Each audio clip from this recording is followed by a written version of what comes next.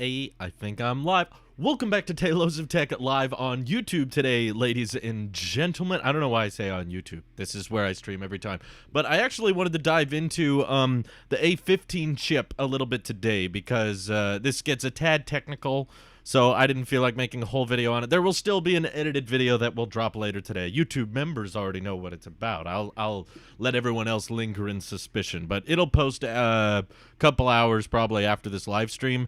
But the main reason I wanted to dive into the A15 chip today is because in the past it's been pretty straightforward, pretty simple to understand when Apple comes out with some kind of chip, and they use it, of course, in more than one product. Okay, it finds its way into a cheaper iPhone, it finds its way into an iPad, you see it elsewhere. Sometimes, like with the A14 chip, they unveil it with the iPad Air before it was even ready because iPhones weren't out yet. They didn't come out until October. But I have never seen so much variety in a single one of Apple Silicon's chips before.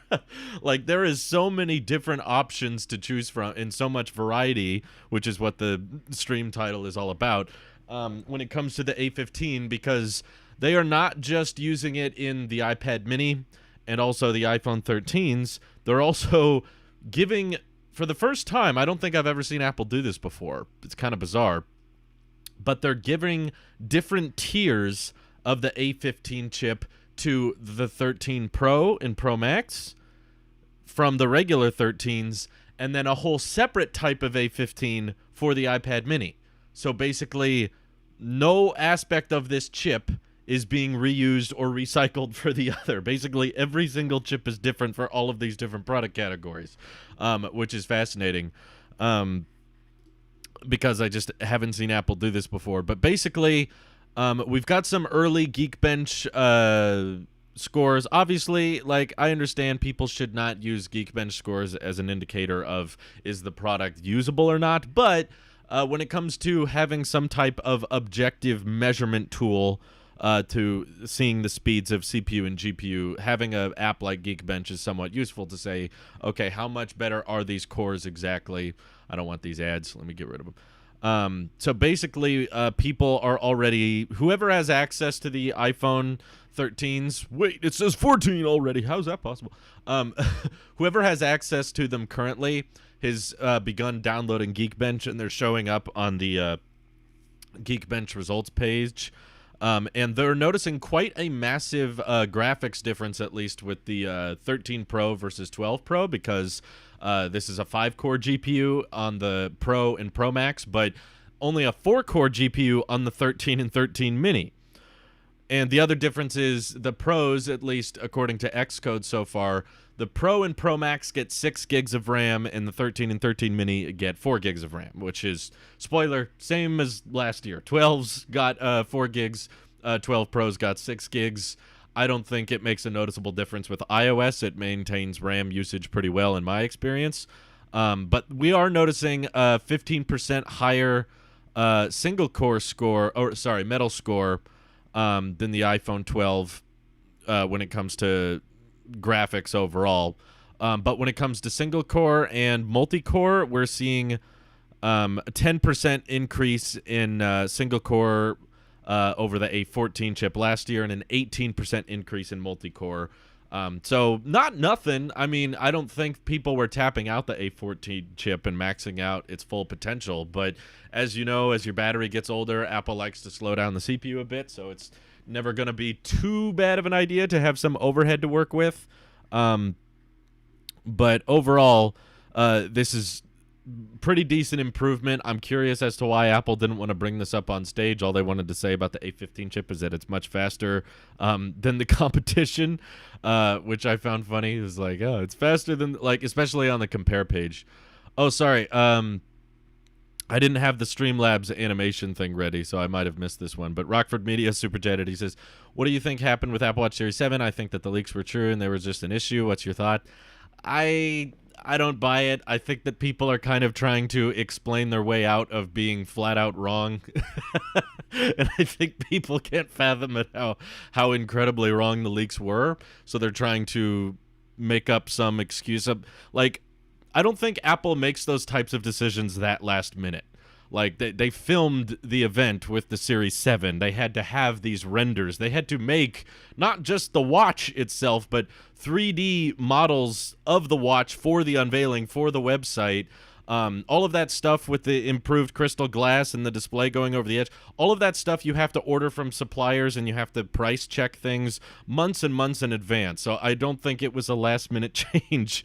I don't believe every leak has to be correct in some way, shape, or form. I've seen a lot of people that are like, well, the S7 chip was supposed to be double-sided, so that means if they did... It's like, there's so much we don't know. How are they all wrong, though? I don't think everyone was wrong. Quo, for the longest time, was just saying there was a redesign, and he didn't say squared off until much later. And I do believe there was a production issue. I just don't believe that the mass production issue guarantees that they must have scrapped the squared off design. I feel like you can have production issues with any type of new display technology. And Apple showed very clearly with the actual Series 7 that there was a different approach to manufacturing with this thicker glass and the display and the pixels going over the edges. That type of thing is different than what they're used to. They've been producing the same type of a watch ever since 2018. So anytime you change the retooling, they change the chassis. It's not as drastic as a change as people were expecting, but it's still like the speakers laid out in a different way and the glasses built a different way. Anytime you do stuff like that, there can be trouble. There can be things that pop up, and there can be issues that were unforeseen. So obviously the Apple Watch was not ready to launch alongside the iPhone. Quo got that part wrong. He said that the Series 7 production issues have been resolved and it will ship alongside the iPhone, and that wasn't correct either.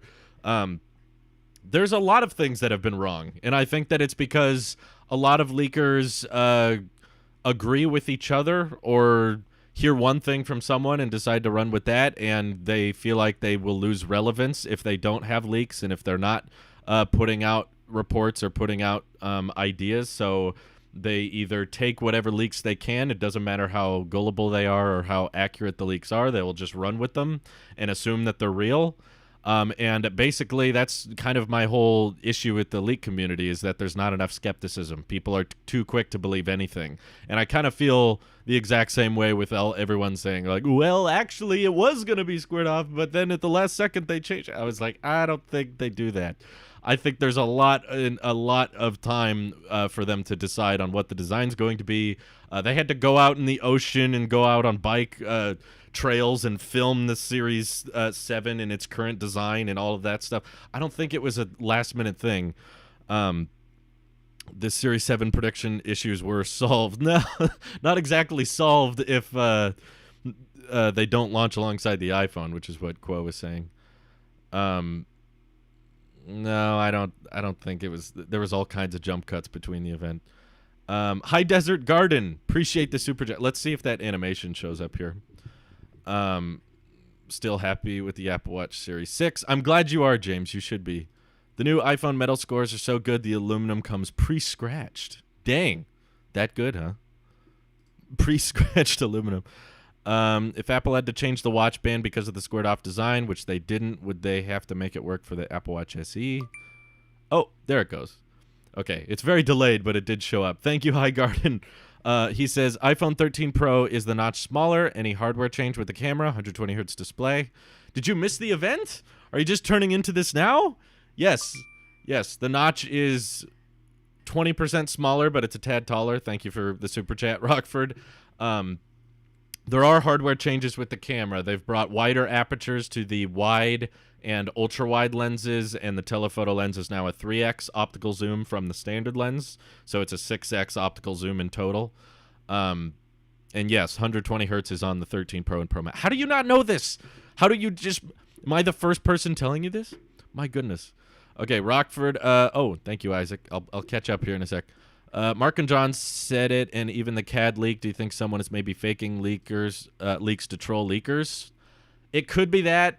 I'll never know. I don't think we'll ever know. I just think it sends a dangerous precedent if we base all incorrect leaks off of, well, they were correct at some point, because there's no way to ever prove that incorrect. If we start saying that, well, this leak was true a long time ago, but Apple changed their minds so that the leak's incorrect. I'm not going to count that because there's no way to ever know what Apple was prototyping or what Apple was in development of. All we can do is say, this is what a leaker said would happen. Did it happen or not? If Apple changed their mind at some point in between when the leak happened and when the launch happened, then the leaker spoke too soon because they seemed to think something was confirmed, or they seemed to think that something was going to happen, that they felt confident enough sharing it with the world before it was finalized, before it was decided. So they're desperate. They need leaks, otherwise no one will pay attention to them. So they're willing to say anything that may or may not be confirmed or may or not be decided on. So if we're gonna lean into the leak community as well, maybe it was that at some point and then Apple changed their mind. They can never be wrong at that point. How can there be a leak? How can there be an incorrect leak? At that point, it's useless. Like in that way, a leak is never accurate or dependable. If every time we look at it, we think, but Apple might change it at the last second in the last 24 hours, and therefore the leak is correct, because we believed that for the past 12 months that's what the situation was going to be. I just don't buy it at all, personally. I think all that stuff is decided way in advance, and if the mass production was this bad, or the design didn't work this horribly at this last minute, we wouldn't get a Series 7 this year at all. I don't think it would be delayed until the fall. I think it would be delayed indefinitely, and there just wouldn't be a Series 7. But yes, Chris, I'm planning on doing a pre-order stream tomorrow. So I'm live today, but I'll be live tomorrow morning, bright and early. I'll be very tired. I'll probably have my morning voice, so don't expect me to look amazing. But I never do anyway, so expectations are in check, right? Isaac Bear, thank you for the super chat. Didn't say anything, but thank you. What is your explanation for the leakers being wrong if you don't believe their explanation of why they're wrong? I think they either fell for a troll. I guess it's possible that Apple sent out false information so that they would be caught and figure out who is leaking information by giving false info to higher up people at Apple. Or the third option is they're making stuff up. At this point, I would honestly not rule that out. Like, with how incorrect so many of them have been at this point, like year after year, they keep getting stuff wrong. And pretty major details, in my opinion. And right now, I think they're just doing damage control, like nonstop the past few days. They've just been doing their very best to figure out how do we spin this into we were right, but the sources were telling us the truth, but at the end of the day, there was no way of knowing Apple was going to change their mind in the last 24 hours or something. Like, there was no way to know. But I don't think it's a good precedent. I don't think it's a safe assumption to start buying into this idea that leaks were correct, even though there's no way of ever knowing that. We're just assuming because someone said something earlier, that means it must have been delayed or it must have been scrapped or canceled. Thank you for the super chat, Chris. Yeah, I just answered that. I'll do a pre-order stream tomorrow, like every year. I'm still doing one. Another possibility is people just expected a flat design due to the iPad and iPhone getting it and just assuming it'll happen on Watch without any kind of evidence to back it up. Well, that's not what the leakers were saying, to be fair. They were saying they heard sources or they got CAD files that had the Watch designed that way. But my point is we won't know, and I think it's dumb to assume that we know exactly what Apple was doing all year. Like, there are all kinds of incorrect leaks, last minute or not. You know, the day before the iPad Mini 6 got unveiled, Ian, who's a very talented concept artist who makes all these renders and stuff, he was directly telling the leaker of the guy who showcased that the iPad Mini 6 would have the volume buttons moved to the top and with landscape speakers and the flash and everything. And Ian was right up there responding to everyone going, no, that's not what I saw. That's not correct. I'm not hearing that, and that's not my render. So that ended up being wrong because Ian was assuming no landscape, no moved volume button, and no flash or no smart connector. So practically every aspect of the iPad mini rumor was wrong, and that's ready to ship next week. And Mark Gurman said the day before the event as well to not expect any iPads until October or November, and that ended up being flat out wrong. So I don't believe it was like, well, maybe the plan was to launch it in October, but then at the last second they were like, oh, let's rush. Like, it's ridiculous to act like we know what's going on all the time internally. We don't. And I think leaks should be not in this gray area of, well, they might have been right if something went differently. It's like, no, they were either right or they're wrong. That's it. I don't care if it was right at the time. That doesn't make sense to me. If it was right at the time, then they spoke too soon. There is no right at the time. Either it happened or it didn't. Thank you for the super chat, Mr. Kyle, as well as Andrew Hudson. He says, I wish they would take advantage of the smaller notch and allow the battery percentage to be turned on to see, but apparently it's not happening. They could have done that with the full-size notch. I don't know why people act like the smaller notch guarantees the battery percentage to come back. There were so many jailbreaks and so many concept artworks, or just using the battery widget on watchOS.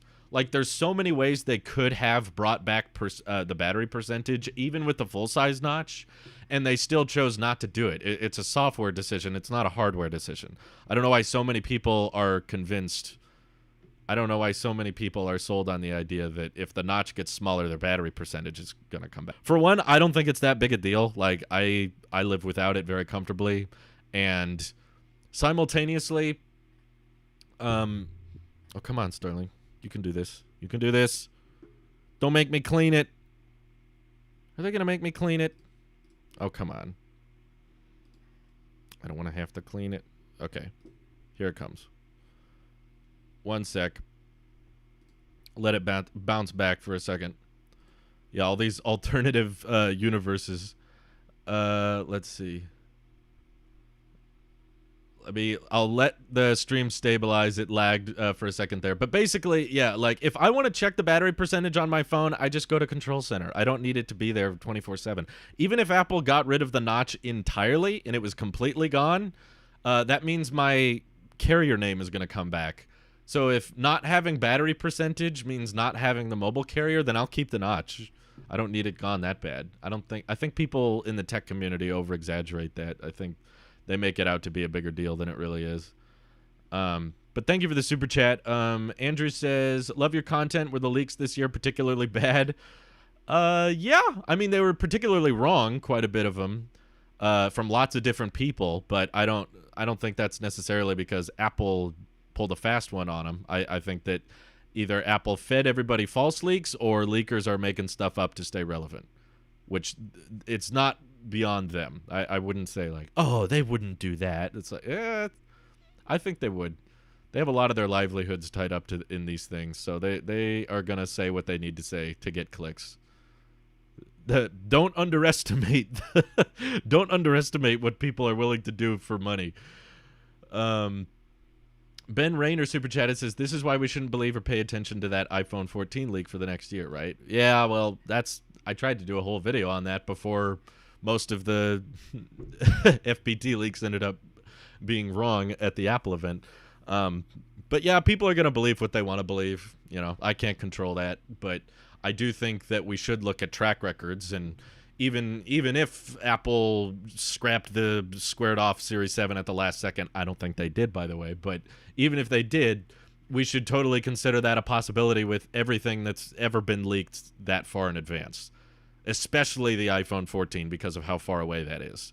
So given how incorrect the leaks have been in the past, whether or not they were accurate at some time, you should keep in mind that if you believe that, like if you watch the videos and you're feeding the belief that Apple was going to do a squared off Apple Watch and then in the last week or something suddenly came up with a totally different display for the Series 7 and they had to change the chassis and change the crystal glass to make it circular and thicker. If they did all of that at the last second and now they're moving forward with that design for this year, if you believe that, then you should totally not believe any leak that's 1 year or more in advance, because that's proof that Apple can change design and change the rollout of something literally in the last couple of days.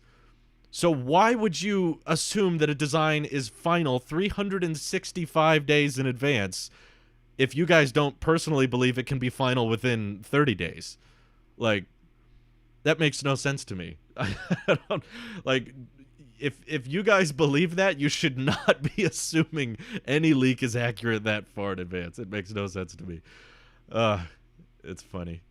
Yeah, Series 7 design, they couldn't get it figured out, so they changed it in the last 2 weeks before the product launched. But iPhone 14, yeah, that's done. That's done in a year. They've got that all figured out. Like, I don't know how you can take both of those claims.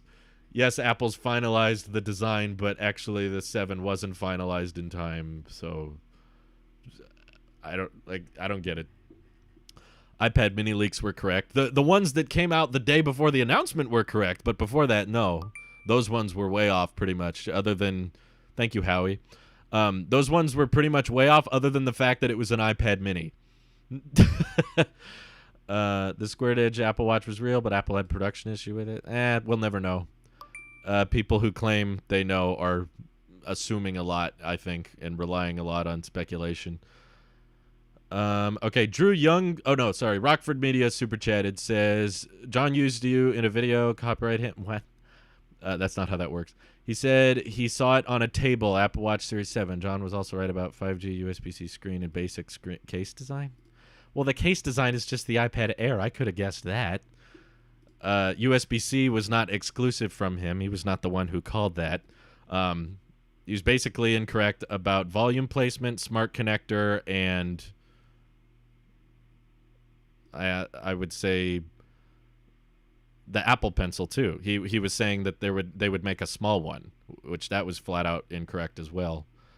When John tells you he saw one on a table, that, I mean, I don't know how that confirms the existence of it.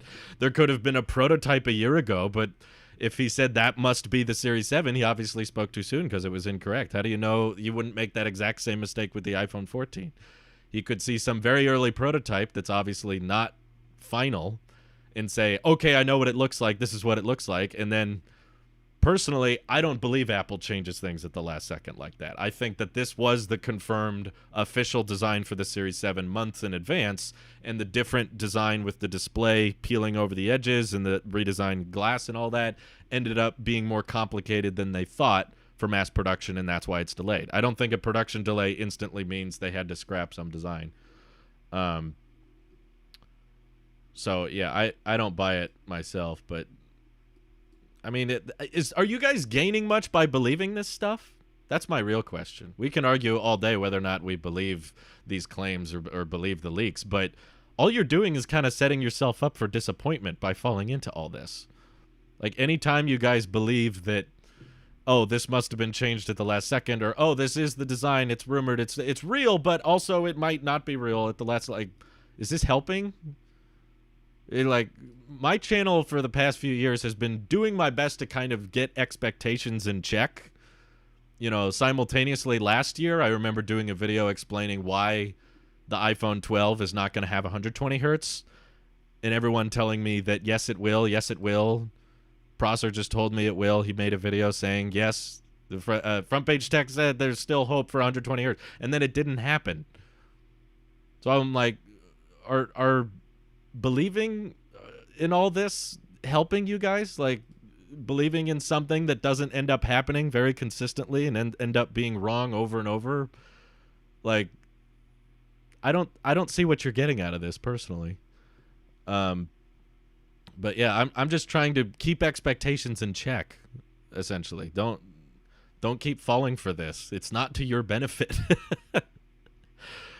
Drew Young super chatted, how long will it take for shipping times to be extended out 2 to 3 weeks on pre-order day?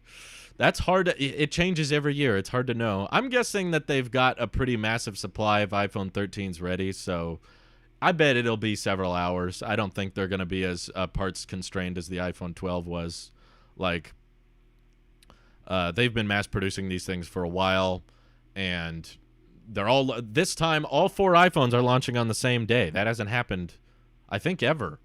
Yeah, iPhone 12s in the lineup, they had the 12 and 12 Pro launched in October, and then the 12 Mini and 12 Pro Max launched in November. So, yeah, it's hard to say. with this year, it's all 4 at once. So I'm guessing it'll be several hours. Like, Apple tells you demand will be high and you need to order one quickly. And I still say, like, you should assume, if you want to get it on launch day, order it right away. I'm not saying, yeah, you can wait a few hours. Just take your time. It's like, you should. If you want to get it on launch day, order it right away just to be safe. But I think you'll probably still be able to order one and get it on launch day like a few hours after the pre-orders go up. I don't think they're that demand constrained. Whoa, big one. Thank you. I'll catch up here. Howie says, what color of the iPhone will you get? Blue or gold? I don't know why you assume I like either. I don't trust Apple's website colors, basically. Sierra Blue looks decent on the site, but I don't think it'll look like that in person. And it's also kind of too light of a shade of blue that I'm comfortable with. I would prefer a darker, more saturated blue. But also, I just don't like the steel being so bright and vibrant like that. So I'm going to go ahead and just go graphite. I don't really like any of the colors, to be honest with you. I agree with a lot of people online. The Pro iPhone colors were quite disappointing.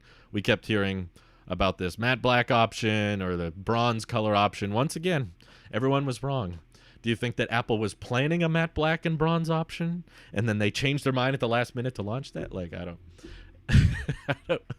I don't understand it. But I'm planning on going graphite just because it's a neutral color. And out of all the colors up available for the 13 Pros, it's the one I hate the least. But again, I don't really care for any of them. If there was a matte black, I probably would have gotten that one.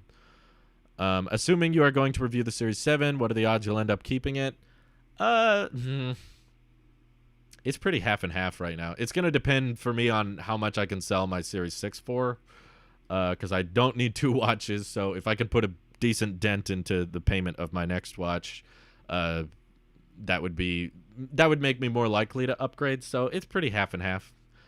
50%, I guess, is the number. Hi, Brain Freak. Thanks for the super chat. He just said hi. I'll try to catch up. Is $200 after trade-in worth spending for going from the normal 12 to 13 mini after using the 12 for 10 months? I feel like the smaller size is better for me. $200? I would try to sell it if you can, but yeah, give the 13 mini a shot. I think it will surprise you. Most people I know who got the mini iPhone seem to really, really love it, and the 13 mini has got better battery life. Not astoundingly better, but better.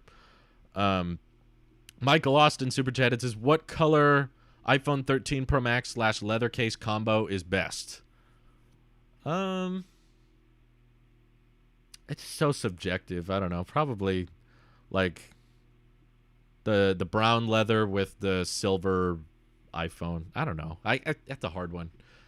Sierra Blue, I don't see it matching with any case very well. I've played around with it on the site, but I can't see a combo I like with Sierra Blue, unless you go caseless. I love your joke in one of the podcasts about Phil Schiller being an Apple leaker without a perfect track record because of AirPower. Yeah.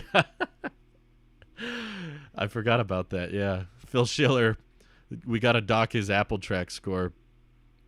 Okay, Rockford's super chat says, I don't trust John much now, especially with what happened with Randy. How much % do you think he makes leaks up? They are real but canceled, or someone is trolling him? For me, 50%. I will never know. It's kind of pointless to speculate on. You know, I think he clearly has had sources. He's gotten things correct in the past, so it's clear that he has had some type of access that other people don't have access to. But I also think it's very possible that John has reported on things prematurely or revealed designs or revealed things with certain expectations. I mean, he didn't shave his eyebrows for no reason, right? Like, that happened. And it seems like after every Apple event, we go through this whole cycle of, well, that didn't happen. Well, that didn't happen. So I think, like, for the betterment of your own expectations, it's safe to just not treat a lot of these leaks as fact, which is what I think a ton of people keep doing. A lot of people just keep assuming, okay, someone said something, so it must be a fact. And I don't think, honestly, the fan bases should get so upset or so angry at the idea of someone disagreeing with a leaker. I feel like that happens a lot right now. People take it personal. People get, like, upset and angry if you start saying, I don't think that's going to happen. Doesn't matter how right you are over and over again. But People keep saying like, why do you hate this? Why do you hate this person? Why do you hate this leaker? Because you disagree with them. It's like, I'm not hating the person. I'm just saying they've gotten things wrong in the past, so they might get this wrong. Like, it's okay to be doubtful, especially when someone gets incorrect predictions over and over again. Okay, I think I'm caught up there. Emmanuel Roro says, do you know you have a sub from Israel? I've heard a few, but thank you. Thanks for tuning in. Let's see if I can catch up here. Why does Apple Watch color differs from iPhone even more this year? That I don't know. Apple seems to just like having weird different colors every year, which is bizarre. Let's see. Tesla thought about releasing the Cybertruck this month, but then thought about it and decided to release it later when people are bored of the R1T and Lightning. Yeah. Last minute. They changed all of their supply chains and all of their manufacturing techniques in the last 7 days. Everything was delayed at the last minute. Everyone was right, actually, all along. Yeah, I'm sorry. It just, I can't help but laugh. It just makes me, it just makes me hysterical. They're like, actually, even though I was wrong, I was really right. How good is the typing on the iPhone 12 mini? I think with the swipe keyboard, it's fine. I was used to big iPhones for years, and I switched to the 12 mini for the past 10 months, and it was perfectly fine. On the website, graphite has this weird brownish hue in the light. Will it be like that in person, or will it be purely dark gray? I don't think the graphite, I could be wrong, but I don't think the graphite is any different from the 12 Pro Max, which I did review last year. So let me do a compare. 12 Pro Max, 13 Pro Max. Yeah, they're both called graphite. Yeah. I mean, slight. Yeah, I kind of see what you're saying. There's like a very slight brownish tint to it, but that could just be, I don't know, Apple's Photoshop being a tad off or something. I wouldn't look too much into it. But yeah, I'm not really happy with any of the colors. Graphite is like the most neutral one for me. It looks like standard, darkish, grayish phone. The Sierra Blue, I have a feeling, is going to look very light in person and not super blue like I like it. And blue is not really even my favorite color, so I'm not super interested in getting a blue iPhone. But graphite will do me fine. Silver is too big of a fingerprint magnet. Gold is also just too luxury focused. Hey, Andrew Hudson, thank you for becoming a member. Appreciate that. Let's see. If the Series 7 flat edge design is true based on the fact that it's delayed, then I call out the iPhone 10 and 10R design that were totally changed at the last second. That's right. They had a notchless iPhone with Touch ID ready to go, and then at the last second they changed the production. Apple can never get their colors to match across the entire lineup of products. I know, it drives me kind of mad. Let's see. Sounds like politics and religion. Internet's not good at debating things, are they? Let's see. 11 Pro Max kind of looks like the 13 Pro Max. Whoa. God of Conquest 91. Thank you for the super chat. The battery on my Series 4 is starting to really go downhill. Would you recommend the upgrade to the Series 7? I loved my...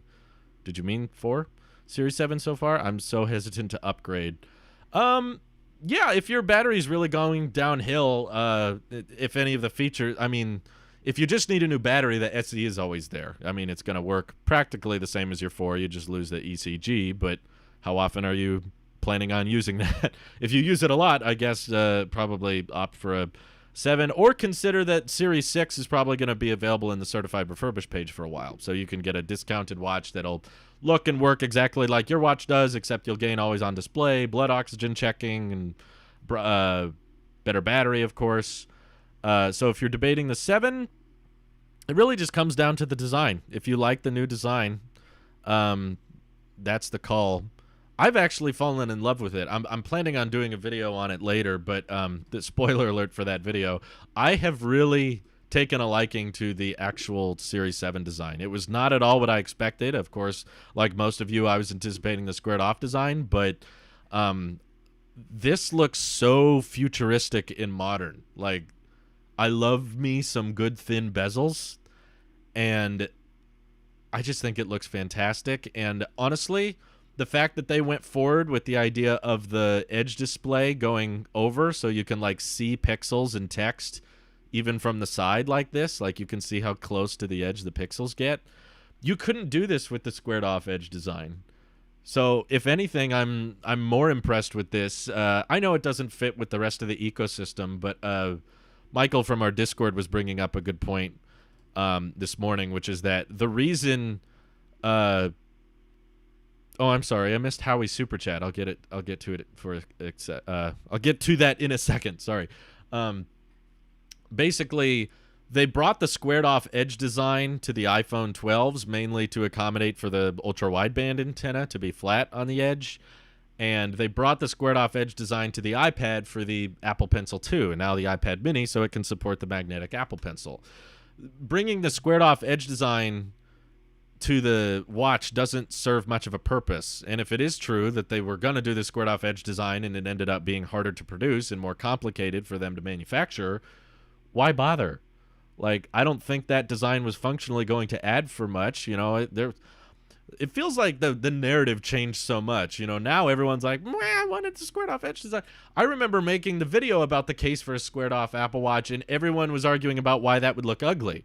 I was trying to be the advocate for, no, you can design a good-looking squared off Apple Watch. I didn't make good concept art, or I wasn't good at making renders, but I still thought there was a good way to do it. And back then, all of the comments on a squared off Apple Watch were, ew, no, it looks ugly, it looks like a brick, or it makes your watch uncomfortable because it sits on your arm, on your wrist, and you don't want that squared off edge cutting into the skin. I didn't think that would be a big problem. I was like, it sits on the little glass puck anyway. I think there's a way for the old watch bands to still work even on the squared off design, but that display sliding over the edges, you couldn't do that with the squared off. So I don't see that as I don't see it as a loss, honestly. It actually exceeded my expectations. But anyway, Howie super chatted and says, I'll be upgrading from 11 Pro to 13 Pro. Didn't really find the 12 Pro that exciting except for flat edges. Excited for ProMotion. Good for you. I'm excited for ProMotion too. That's probably my number one feature. I know most people don't care, but I do. I find it noticeable. Let's see. Tim called the factories the day before the event and said, throw all the matte black Pros in the trash. Yeah. I mean, there was obviously cuts done. They had to transition. They filmed the Apple event in all these different places. Okay, I think I'm caught up there. Start Select says, totally off topic, but I'm really curious what the iPad 10th generation will look like. An unlaminated take on the current iPad Air, perhaps? Lamination seems to be the money saver. Yeah, I'm not sure if they could do that with a design like the iPad Air because it's much thinner. The squared off edge design on the iPad is like on the Air it's like 6.1 millimeters. It's a tad thicker, but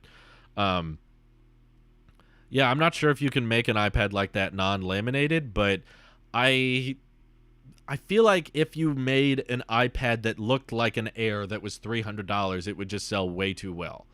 I don't think laminated versus non-laminated is as major of a difference. It's rumored that the iPad Air 5 might get an OLED display next year. Maybe that's a big enough difference, but honestly, knowing how well the iPhone 11 and 10R sold, and those don't have OLED displays, I don't think iPad users would care much. Basically, I think that the budget iPad in its current state with non-lamination and Touch ID and the home button and all that, I think it has to stay in that kind of basic design for a while because I can't think of a way how they could make a, no home button and all gestures and squared off iPad that cheap without butchering the rest of their iPad sales. I just see the average consumer being like, that one looks the same. They're both 10-inch iPads. What difference does it make? And I think the best thing the iPad Air has going for it is that's the more futuristic looking one. Ethan, thank you for the super chat. What are you doing with your 12 mini? I'm selling. Trading in is like the worst thing you could do value-wise to get your money out of your older iPhone. Even with the improved trade-in values on the iPhone this year, you can still get much more just by selling it. So I'll find a buyer. I'm not going to ship it online. I'm not going to sell it to a fan or something. I'm just going to sell it to someone I know. Do you ever see the lower end iPhones and iPads getting promotion in the future? Someday probably, but Apple's I think already kind of struggling to figure out what the Pro features can be for the iPad and iPhone. Right now there seems to be pretty big difference in like, okay, the Pros get these crazy cameras and the regular iPhones don't. 120 hertz might find its way into the entry level models if they run out of things to give them. That I think was rumored at some point. I'm sure it's not finalized. It's not decided on yet, but it's totally possible that maybe next year 120 hertz will be a standard feature just for the sake of Apple trying to catch up with Android phones and budget phones getting high refresh rate displays and Apple just wanting to be up to date with everybody else. Do you ever see the low? Yeah, I don't know. I don't think that soon. Like, I don't think the iPad mini is going to get 120 hertz next year or something. Actually, with how infrequently the iPad mini gets updated, I think the iPad mini 6 might be the only iPad mini refresh for a while. It could be another like 2 to 3 years before they do anything with it. Because honestly, they have very much future-proofed it. They gave it 5G. They gave it the A15 chip. It works with the Apple Pencil 2. It's got the laminated 8.3-inch display. It's got center stage. It's got a 12-megapixel camera with the flash on the back. So I could genuinely, that's maybe too far out, but I could genuinely see them not doing anything with the iPad mini for another like 3 years. You know, it took them over 2 years to do this change. The last iPad mini refresh was in March of 2019. So that was like 2.5 years ago. They did nothing. Now they've given it a lot of attention and love, thank goodness, but is there anything it is going to be in dire need of in the near future? Probably not. I bet the iPad Air 5 is going to have OLED next year, and then everyone's going to be like, when does the mini get OLED? When is the mini OLED? And it just never gets it for a long time. Let's see. It's the same size as 12 Pro Max. Yeah, 13 Pro Max is just a tad heavier, but what do you think of center stage being brought to the new devices? Oh, it's wonderful. I love center stage. It was like my absolute favorite feature from the new iPad Pros. Yeah, over mini LED, over the M1 chip, all of that stuff kind of blends into the background. But center stage, as someone who FaceTimes a lot and live streams a lot, that thing was amazing. I had so much fun. We live streamed from the I think I'll do another one. When I get my hands on the iPad mini 6, I'll probably do another live stream off of that using center stage. It was so much fun, like stepping off camera and stepping back in, and then the camera pans to you and I can like walk around the room and the camera pans with it. It's a very simple feature. I know that technically it's not that different. It's not that impressive. And it's just, I'm basically getting excited over cropping. But for the use of, like, I think Apple just realizes iPads are used for FaceTime a lot. Like, a lot of people FaceTime on their iPads. So giving it that super ultra-wide view that pans with you and stuff. Also, if you just plan on recording videos with your iPad for your YouTube channel or something like that, the ultra-wide view looks way cooler. It's like a very cinematic, well, not cinematic isn't the right word, but it looks way better than just a standard webcam. It suddenly goes from, oh, he recorded this on a webcam, to, whoa, this looks like kind of a fun professional cam. Not super professional because it's still compressed a bit, but I love center stage, and I want, obviously, for selfish reasons, I want pro features to make their way down into entry-level features, but for Apple's profitability and revenue, I understand why they don't do that. You know, they don't want to cannibalize the iPad Pro sales, but I'm just grateful that center stage, they decided that was one of those features they were like, no, we want this on everything, because I love that feature. I actually am slightly disappointed they didn't bring it to the iPhone. Maybe that's not as useful because most people are FaceTiming while they hold the phone. But there's been times I'm FaceTiming on my phone and I want to get up, and it would be cool if the camera could track with me and stuff. Anyway, Kyle, thank you for the super chat. I have 11 Pro Max. Should I upgrade to 14 Pro Max? I'll tell you when the 14 Pro Max comes out. If you meant the 13, do you care about those features? I don't know why so many people ask me these things without any context. They don't tell me their financial situation. They don't care me what features they care about. I'm just supposed to give yes/no answers. Is that fun? Is like, I appreciate the super chat. I'm not trying to come across as disrespectful. I'm just saying, do you guys get anything out of just those blanket statements of, I have this phone. Should I buy this phone? Should I be like, yes, No. Yes. No. Like, would that be a fun stream? Or would it be more helpful for me to be like, do you like 120 hertz? Do you like the cinematic mode that they demoed on the camera? Do you like macro mode on the ultra wide? If you want the best battery life in a phone, then yeah, get that one. If your 11 Pro Max is fine and you don't have any issues with it and the battery's good and you don't see any problems, then just keep doing that. Just keep it. No need to upgrade. Let's see. Considering just how wrong the leakers are this year, is there hope that Apple will continue the mini iPhone? Well, here's the good news about the mini iPhone. It's obviously, thank you, Ben. I'll get to your message in a second.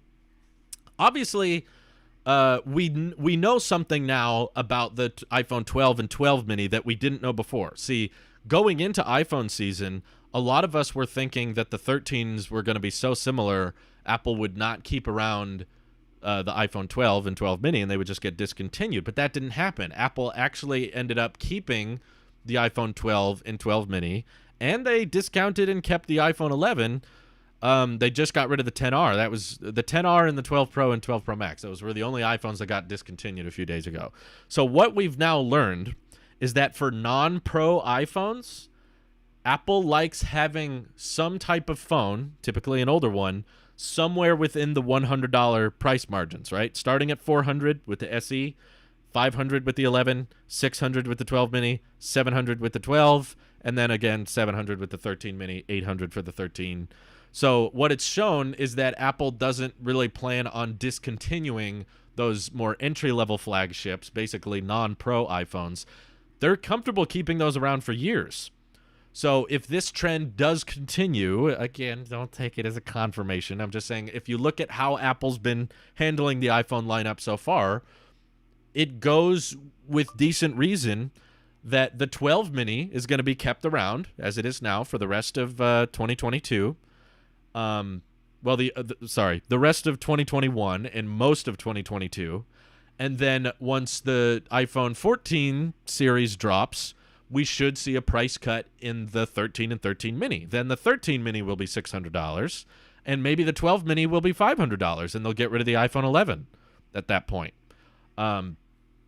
So even if they don't keep coming out with brand new mini iPhones every year, the 13 mini should just get cheaper a year from now and even cheaper 2 years from now. So it sounds like, they're not going to scrap it from the lineup anytime soon. So I think mini iPhones, even if they don't sell well, are probably going to be available in the lineup for quite some time. So don't completely panic on the mini iPhone. If there's a 13 mini spike in sales and they see a lot more success with this one than they do the 12 mini, then yeah, obviously if that ends up being the case, it would be in Apple's best interest to keep selling and keep manufacturing mini iPhones. Like that's how we'd see a 14 mini and a 15 mini. At some point, they got to change the naming scheme, though. They can't keep going with these teens. It's going to be like iPhone 17 Pro Max. It sounds like the S naming is finally done with. That's over. I got the Starlight iPad mini. Supposedly, no members of the press have seen Series 7 yet. I don't think the press have access to the new iPad mini, or iPhone 13 until tomorrow. They might be signing NDAs. There are certain carriers that get a hold of stuff early. We don't know. It's impossible to know. Okay, Super Chat from Ben says, will you do some live streaming from the mini so you could use Center Stage while you have it? Yeah, that's the plan. I mentioned that earlier. So I enjoyed live streaming with Center Stage so much that I plan on doing it again as soon as I review an iPad with Center Stage. We transformed you into the magic ball Drew. Honestly, I don't have sources, and even if I was contacted by sources, I don't think I want to get into the leak game with how bizarre and egotistic it is right now. So I'm okay just predicting and guessing what things might happen and trying to basically not set expectations too high. I've gotten into a lot of arguments with different content creators where I ended up being right, but I didn't have the more popular opinion, so I don't get as much attention to my channel.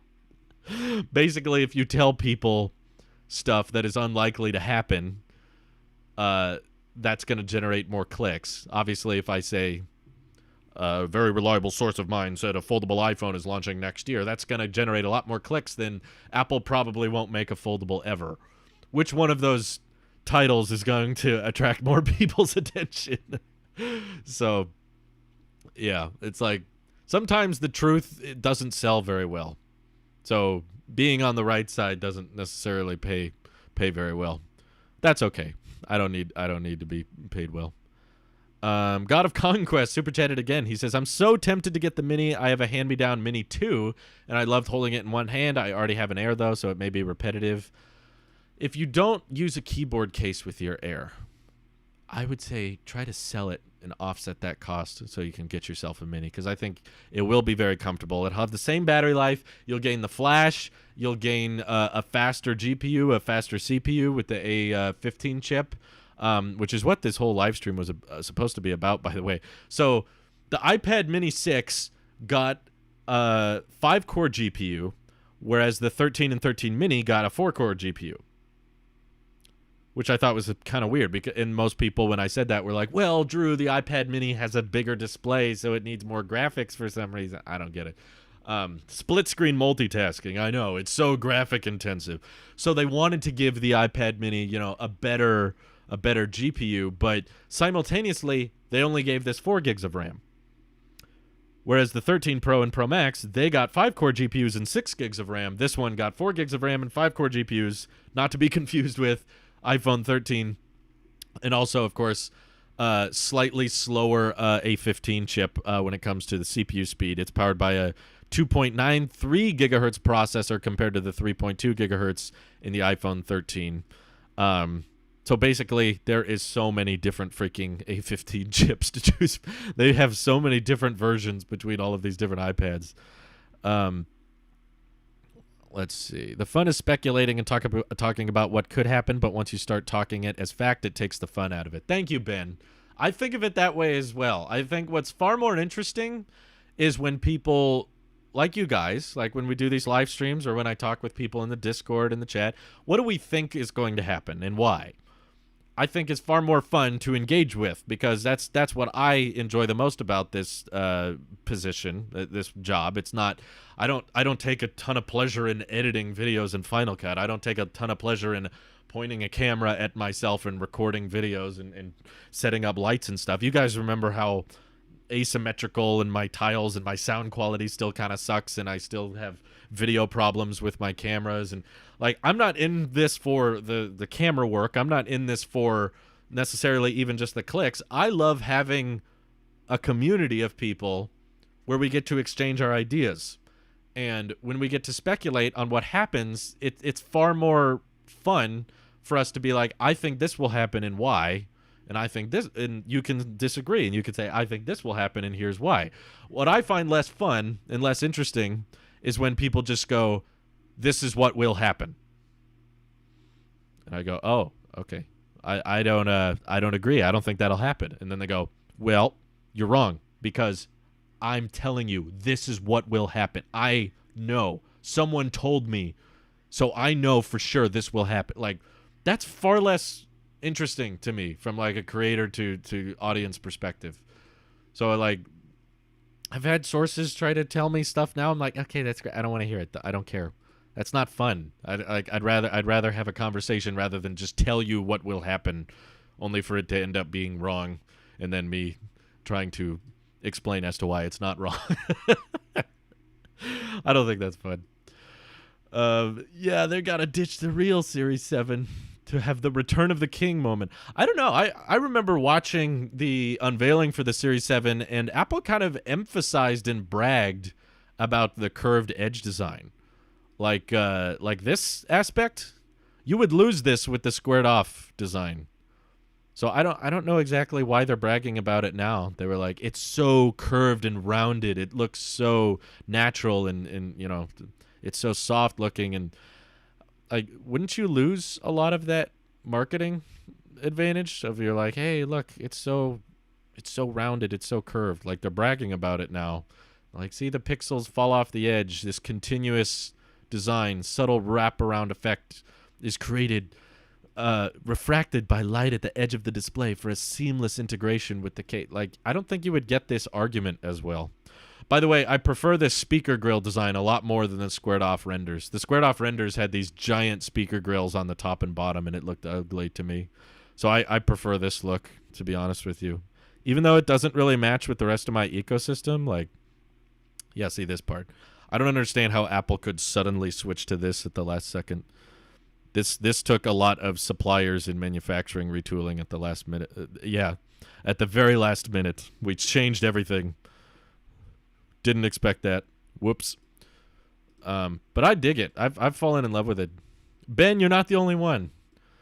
I mainly wanted the squared off design just so it would match my other Apple products in the ecosystem, but then I saw the Series 7. I was like, wow, that looks pretty awesome. Zach says, I view it as sports. When my girlfriend watches the announcement with me the other day, I told her it's like rooting for your favorite team. When something you wanted and hoped for happens, you get a rush. Yeah, but this is kind of why I'm not a big fan of sports, is like the coaches change, the players change, players leave teams, and players will play for teams that don't even live or were never grown up in places that they're playing at. And people root for their team and they stay consistent with their team, even though the team changes constantly over and over again. So you're basically cheering for jerseys. There's a logo that you're praising, which is why I'm not that big into sports. I don't watch any football or baseball. I don't get into any of that because it's like I'm cheering for a logo, basically. Unless there's a player that you stick with and you'll root for a different team if that player chooses teams, but I don't know very many people that are like that. Let's see. The speaker openings of the renders were the reason why I doubt this will happen from day one. Such a huge speaker is harder to seal and does not serve a purpose at all. Yeah, that never looked believable to me. I remember when those renders first came out, and I was like, yeah, does the speaker grill need to be that big? Zach says, oh no, I hate sports, but she thought it was weird that I cheered for 120 hertz. Well, there's a more direct reason. You don't have to cheer just because you were hoping for it and that it happened. You could cheer because you can get a product with that feature that you plan on using. That's why we're better than sports, right?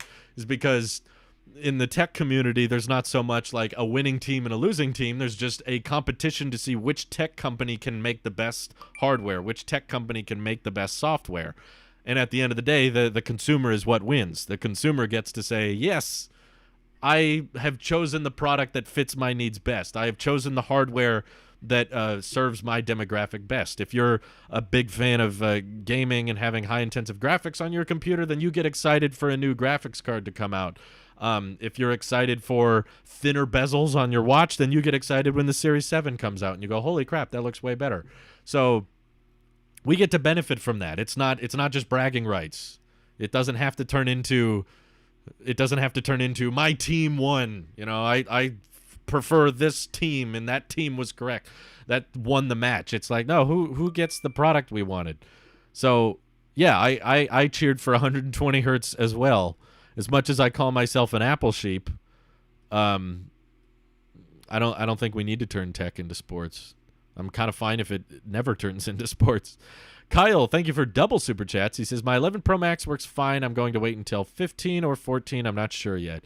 Well, if your Max is working fine, yeah, the situation will always be true that if you wait longer, you will get a better iPhone later. That's always been the case, and it probably always will be the case. If you wait till next year, the iPhone will be better. If you wait till the year after that, the iPhone will be better. So obviously, if your current phone is fine, don't feel the need to upgrade. Yeah. No, Joris, I have not seen the FPT. I don't watch the videos. I don't watch tech videos in general. I make tech videos and tech podcasts, and I talk about tech during live streams, and I have to read tech news for my job, so I don't spend my free time watching other people talk about tech because most of the stuff they talk about I've already heard or I already am aware of, so I don't really care. I watch PewDiePie, I watch Red Letter Media, I actually watch a decent amount of EV videos just because I find that more interesting, and most of my time is still designated towards Tailosive tech, not so much Tailosive EV. But yeah, I don't want to instantly jump into more iPhone or Apple Watch news after I get off of work for free for my free time. Pretty much the only tech channel I'll always watch is MKBHD because he's my favorite. His production value is top notch, and I think Marquez deserves the attention and deserves like the audience size he has because he has a very good. I don't agree with everything he says, honestly. Quite the opposite. A lot of the time he says a lot of things in his videos I don't agree with, but I think that's healthy. I think you should watch people you don't agree with, and you shouldn't just go into echo chambers and find this channel said something I don't agree with, I'm gonna stop watching him.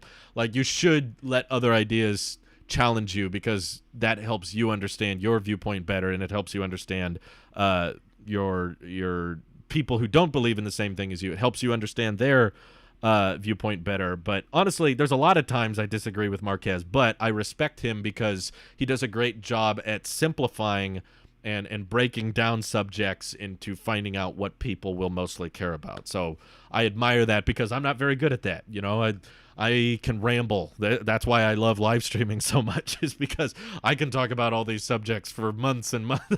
I won't stop if the clock wasn't running. I could just talk for hours and hours and hours, which is not good. So I admire someone who can find like the highlights in the subjects that are important, be like, I'm just going to focus on this and dwell on what really matters. And I admire that about him. So MKBHD was the only tech channel I was watching before I even got into tech videos. Like, he was where it all started for me. Best tech channel in my opinion. If you asked me what the best tech channel on YouTube is, I'd probably say no, not probably, without a doubt.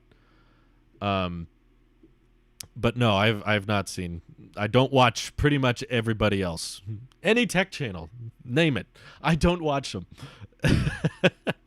James says you read the news so I don't have to. Exactly. That's a lot of what my job is.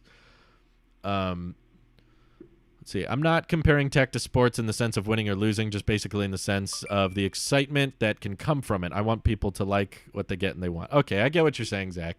I hope I didn't misconstrue your argument, but the sports thing struck a nerve with me just because I know a lot of people that are heavily ingrained in sports, and I feel like it only hurts them. And in the similar way that a lot of people were frustrated by the Series 7 because it wasn't what it looked like, and a bunch of people I saw were upset or annoyed by that. And I was like, you did this to yourself. You know, this is all on you. There's a lot of people that wrap up their identity and their happiness in with the sports teams that they're fans of. And when their team fails, which has nothing to do with them, it has everything to do with the players. When those teams fail, they get upset and they get sad and they get depressed. Like, I've seen that firsthand with my friends and family members, and they're like sad, like they were. I hope they're not watching this. I love you guys, whoever you are. I'm not going to name names, but I love my family and my friends and all, but I've literally run into people where like their whole day is ruined because their team lost, which has nothing to do with what you did at all. You stared at a TV, and because the jerseys on the players that you support didn't win, you are now depressed and sad. Do you gain anything from this? Like, what? Like, I don't understand. Like, why are you depressed? You have no reason to be upset. Like, so when you get yourself all hyped up into someone, you know, in a brand, in a channel or whatever, and you're like, oh, they got to be right, and then you get depressed when they're wrong, it's like, are you getting anything out of this? Like, what? Why are we doing this? My iPhone battery almost lasts your whole live stream. Wow, that short? Jeez. 256 gig SE is gone. I did see that. I'm guessing it was just selling in low volume, to be honest. Oh, sorry. David Weiss super chatted. I feel like my phone is too small. I have the 12, so I do plan on ordering the 13 Pro Max tomorrow. Kind of mad there's very few features. Really? What features would you deem worth it? Because in my opinion, the 13 Pro got a ton of features, more than I was anticipating, to be honest with you. Like, I was kind of not expecting macro mode and the night mode improvements with the wider apertures and the 3x telephoto kind of caught me off guard. So I'm kind of surprised because on one hand, I'll make a video saying like, yeah, you know, you might want to consider the iPhone 12 because the 13's not that different. And I get all these comments responding like, Drew, it's totally different. It's so much better. I don't know why you would say it's so similar. And then you go on the traditional media and everyone's saying, no innovation. Apple's dead. They've been dead ever since Steve Jobs is gone, and they don't have any new features. And people meme about how, same iPhone every year, and people keep buying it. So I'm like, when people say there's not that many changes, what were you expecting, or what were you referring to? It would make sense if they placed a large bet on the team. That's even dumber. I would even highly recommend not doing that, but that's basically gambling. But the people I'm talking about were not betting on who would win. I'm not talking about my family members do not bet on who wins certain sports games, but and I don't have any friends that do that either. I'm just talking about people that were depressed after the results of a game, and they do not make bets at all. I've never bet someone who did that. Yeah. I don't know why people keep spamming. I don't watch Front Page Tech. I don't watch Max Tech. I don't watch iUpdate. I don't watch iJustine. I don't know how many different ways I need to say it. Do I need to specify which channels I don't watch? Or can I just say I don't watch tech videos outside of MKBHD? It's a crappy year for colors, but for features, like, what exactly were you guys anticipating that you didn't get is my question. Apply what you're saying about sports to politics. Kind of, although I would argue that politics, at least they have some kind of like cause to be upset about. Like they could say, I'm not trying to get into politics. I'm just saying that it matters a tad more. Like whether or not a sports team wins a game doesn't really impact our daily life in any conceivable way. But if a politician that you were hoping would win an election or something wins or doesn't win, that could impact your tax or your income. That could impact the laws of the country. That could impact the values that you think should be prioritized that maybe don't get prioritized. So I get why people get more upset with politics, because that kind of directly impacts our daily life more. But I also agree, not as much as people may think. That, presidents and governors, people probably make them seem like they're a bigger deal than they really are. It's more big groups and big groups of Congress and stuff that make more noticeable difference. Thank you, David, for the super chat. Mostly mad about no Type-C charging. The notch doesn't bother me, so I don't care about that. I don't know. It seems like my 12 just better cameras. So is that it? That's what I'm saying. Just USB-C? I don't know who. We got a super chat, Karen. I'm not reading that. I'm guessing it's a troll super chat. It's like the perfect lining of the name being Karen and then all of the contents of that message. I'm going to go ahead and say that was a troll. And that troll donated, so thank you, but I don't think you believe what you're saying. But yeah, like, I don't know, was anyone... I mean, we've now discovered that we can't trust most leakers, right? Like, a lot of leaks end up being incorrect and false. I don't care if at some time they were correct.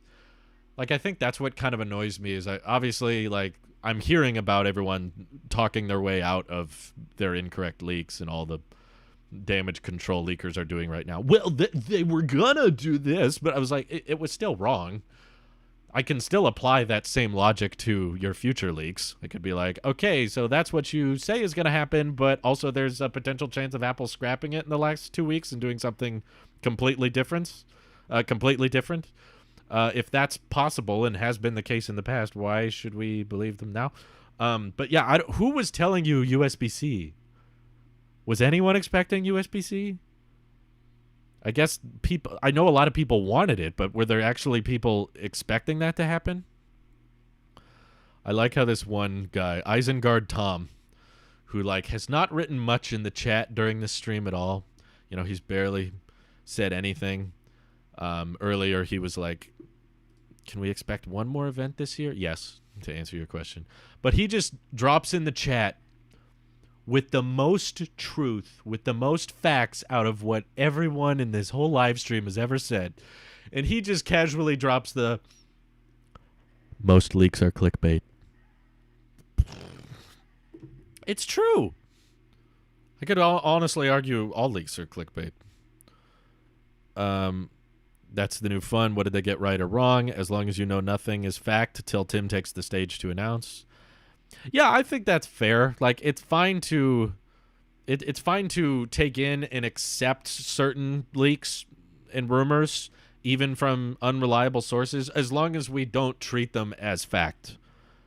And especially when something that happens that doesn't sound believable is being reported, that you treat that with a healthy dose of skepticism. This has happened many, many times in the past, where an unreliable leaker says something, everyone believes it. I come forward and say, I don't think so. Everyone says, Drew, shut up, you're wrong. And then that ends up being the case. It happens over and over again. Argos, thank you for the super chat. Just supporting an excellent channel. Well, I appreciate... Guys, seriously, there's been a ton of super chats today, and I'm very humbled and very gracious for all the donations, but also, I've waited an hour before I promoted this, but if you become a YouTube member, which should be the first link in the description, it's only $2 a month. $2. Your name's going to stand out in the chat, so it's easier for me to see your message. You get loyalty badges that show up not just in live streams, but also the comments. You get updates on videos before they drop. Like, all the members know what today's tech video is going to be on. Like, you save far more money than donating, 14 Canadian dollars. You could put that money towards something useful. Just become a member. $2 a month. Helps me out a lot. So just thought I would plug it. Make sure you guys are aware there's a cheaper way for your name to stand out if you want. If you're curious. If not, oh well. Super chats are fine too. Obviously, I have nothing to gain by you guys super chatting more regularly. I have everything to gain from you guys super chatting instead of becoming a member, but still, this is easier. Thank you for the super chat, Isengard Tom. There's nothing wrong with informed speculation, but vague tweets and braggadocious content about how accurate people are with emotive faces in the thumbnail, I can do without that content. Yeah, I agree. I think that the leaks have become too focused on like brand, like associating who is right and who is wrong and what someone's credibility rating is. Like, it annoys me when there's so many different live streams where something gets announced and the chat is just filled with so-and-so is wrong, so-and-so is right, so-and-so is this, so-and-so is that. It was like, why can't we just dwell on the product? Just focus on that for a second? Is that possible? Yeah, every time I promote the memberships, everyone's like, no, I'm going to spend more money now on super chatting. Thank you, Anthony. Anthony listened. I appreciate that. I know some people are annoyed with how often I bring up the YouTube membership thing. I'm trying to save you money, though. That's the difference. I'll try to tone it down a bit. Thank you. Start Select super chatted and says, take my donation. Dang it. This is too much money you guys are sending. I think it's a problem. I wish there was a refund button. I would click the refund button if I had one.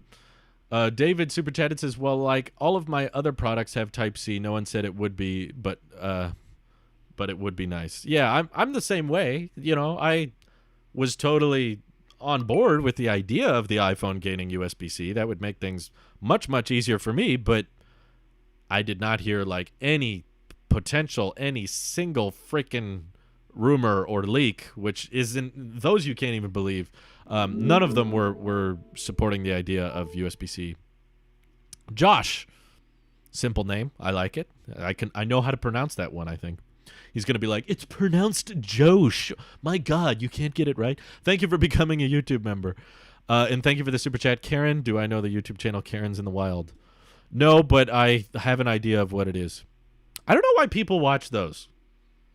Is there pleasure in that?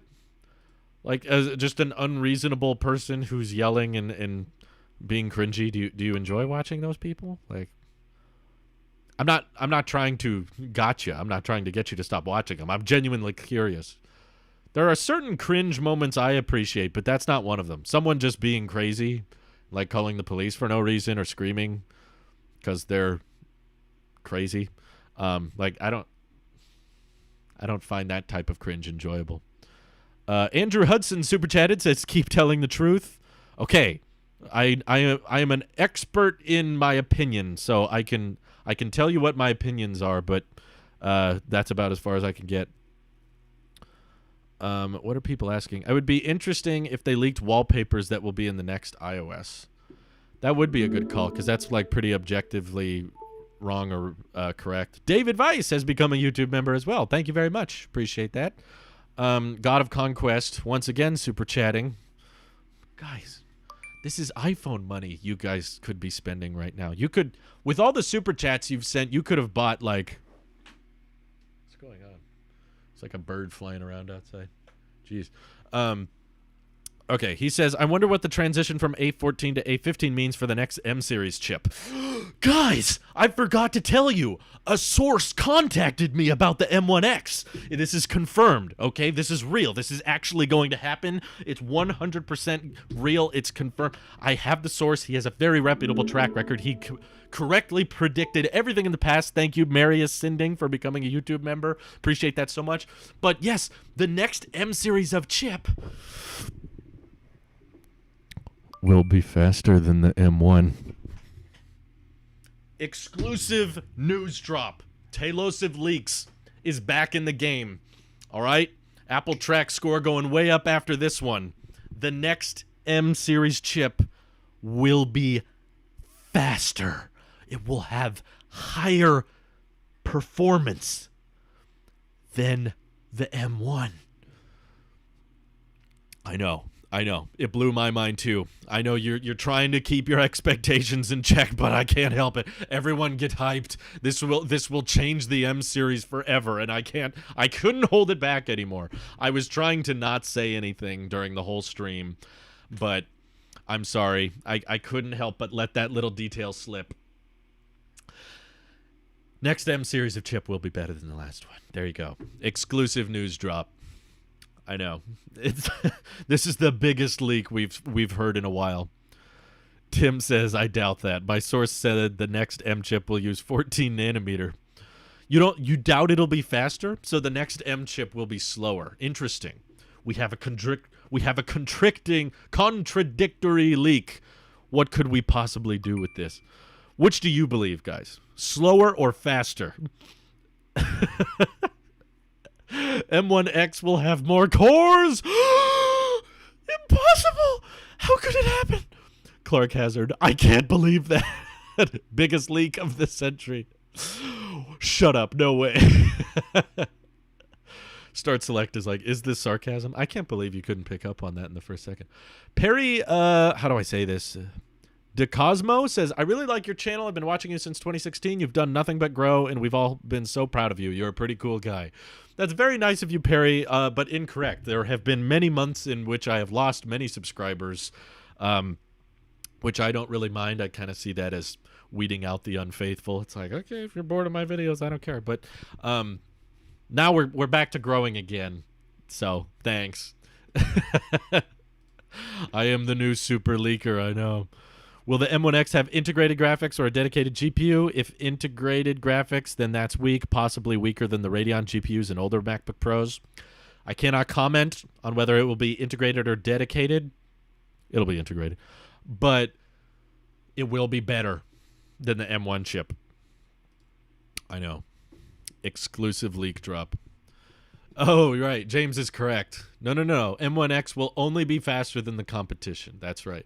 That's funny. I wanted to bring that up because I found that as I was looking at the iPhone compare page. Apple actually literally lists faster than the competition on the A15 chip, but not the A14. Let me pull this up. This is beautiful. Where it is. Fastest chip ever in a smartphone. Oh, they changed that. It used to be something else. Now it just says fastest chip ever. This doesn't have that, obviously, because it's no longer the fastest chip. Where was it? I thought I saw it somewhere. It used to say faster than the competition. Maybe if it's all 13s? I swear they... Oh, yeah, okay, here it is. This is what I found. If you go to 12... There it goes. Okay, so the 13 Pro Max says fastest chip in a smartphone, iPhone 13, faster than the competition.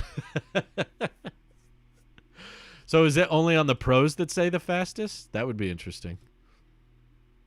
Yeah, okay, they admit it. Oh, see, Apple doesn't provide the clock speed. They don't provide the Geekbench scores or anything. But if you put a 13 Pro Max, it'll say fastest chip ever, and this one says faster than the competition. Haha. What a sneaky little detail they switched in there. Brian Irwin, thank you for the super chat. Can you tell me about becoming a member? Sorry, super chat is easier than research. I drank a bit. Brian, don't get near a car right now, all right? If you're drinking a bit, that's fine that you decided to get drunk and watch Tailosive Tech. That's, well, don't get drunk. That's probably not good for you either. Drink responsibly, people. I would guess the most responsible thing you could do while drunk is watch Tailosive Tech. I guess maybe it's not that responsible because clearly you're super chatting. Brian, listen to me very carefully. Don't press the super chat button. You're not thinking straight. You're not thinking very clearly. So I'm not going to tell you how to become a member. I'm not going to tell you it's the first link in the description. So the Pro models say fastest chip as they have 5-core GPU, but because non-Pro have 4-core, it isn't the fastest chip in a smartphone. But they just want to say faster than the competition for some reason. Even though the A14 chip is probably faster than the competition. If I send you all the money for your Pro Max, will you engrave my name on it? How? I don't have a good machine to engrave it. Any drink in me means no drive. Good. Glad. You got that part of your brain thinking clearly. Ace Rocks Tech, thank you for becoming a member as well. Thank you very much. Ooh, Mark says, exclusive leak, the A16 chip will be faster than the A15 chip. I don't know, man. That's a bold claim right there. If I had, like, a professional engraving machine that could make, like, a very official, like, laser-etched name, yes, I would do it, but I don't have that. Ben Close says, but Drew, I've been drinking a lot this morning, too. Lots of orange juice, that is. Comedy genius. You're also the first person I've watched live that isn't begging for super chats. Don't super chat. I'll tell you right now. Next person to super chat, I'm going to put in timeout. We've already made enough super chat revenue during the stream. You guys are being too generous, and it's unacceptable. I'm not comfortable with this anymore, so I mean it. I will enforce this rule. Next super chat from this moment on gets a timeout. I also don't drink and drive while driving. In fact, I just don't drive. I don't have any license. Good for you, Start Select. Any chances that Apple improved the cooling system on the iPhone? They should have. Your best bet is probably the A15 chip being more power efficient, so it doesn't have to get as hot, but it sounds like the biggest reason for the overheating was because of the stupid 5G modems. So the iPad mini might overheat now, too. Actually, they detailed that the iPad mini 6... Mike! You're a moderator. I can't put you in timeout. Oh, wait. Yes, I can. I'll remove your moderator access. Just kidding. I'm a man of my word. Why Mike donated 99 cents. So he is now muted. I will enforce this rule. Any leaks benchmarks? Yeah, we had some at the beginning of the stream. I'll repeat them for you. Single core, this is Geekbench 5, by the way. Single core is looking at 1700 with multi-core 4500. I think this is the Pro versus the regular 13. I'm not sure, but I know that the Pro is a tad faster. Also, someone in the comments was bringing up, this is the Google 6 Pro, the Tensor chip we were all excited about. 400 single core, 2000 multi-core. So literally like terrible, basically, compared to the A phone. I don't know if that's real or not. Someone just... Oh, sorry, I missed the super chat. Oh, no! I clicked away for 1 second. Now I gotta mute all these people. Oh, my God. Wait. Not okay. Can you put a mod in timeout? I guess we'll find out. David Weiss donated again. Put user in... I gotta timeout everyone now? Put user in timeout. Hey! This isn't working. Guys, I said no more super chats, not more. Put user... Han Solo donated 20 bucks? John 316. What? Okay. I will enforce this rule, people. I have to do this.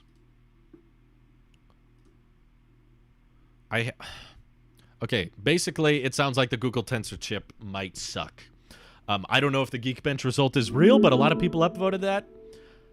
Thank you, Han Solo. I'm grateful for the donations. You guys are very committed to this bit. Clearly, none of you have heard of the term reverse psychology. You know, like, it's very easy. Turn off chat and stare into the camera for 20 minutes. Well, Zach is a member. You know what I can do, actually? 4 high-efficiency cores can make the chip more efficient. Shut up and take my money. This just makes Drew work. He doesn't like to work. Okay. You know what I can do that you guys won't be able to stop? Participant. Who can send messages? I'm going to rage quit the stream right now. The live stream's almost over anyway. Guess what I'm about to do? Boom. I'm going to turn off the chat for basically everyone. Members only mode. Oh no! Brian! Brian, you've been drinking too much. Did you just... $50. Members only mode is on. Take that. You don't want me to promote YouTube memberships? All right. Fine. We'll just let the members be the chat. This is a exclusive members only live stream now. Because the members are the true Tailosive fans, right? Mike is texting me now. Model My Mike just said I froze his app. Don't worry. I won't do this for all live streams moving forward. This is just my last-ditch effort to censor everybody simultaneously. He said, "Are you sure?" Fine. I'll say if you donate $50, I won't mute you. But now the members get to brag about their only people having access to the chat. I've never turned this on before. I didn't know it was possible to do midway through the live stream. So we're just going to do a member stream now. Just you guys, because I asked you all to stop super chatting, and you weren't listening. So you've ticked off the Apple sheep. So now he gets more frustrated and picky with the chat. Now the whole chat's going to be green. You wanted a smaller live stream with less people commenting? There you go. It's been done. Jane says we want to donate to help you. What if I specifically say not to, though, and y'all keep doing it? James is like, I'm in an exclusive group. Everyone feels so powerful. I'm actually curious what the stream viewership will drop off like. If I switch to members only, how many people turn off the live stream? Or how many people dislike, I should probably ask myself.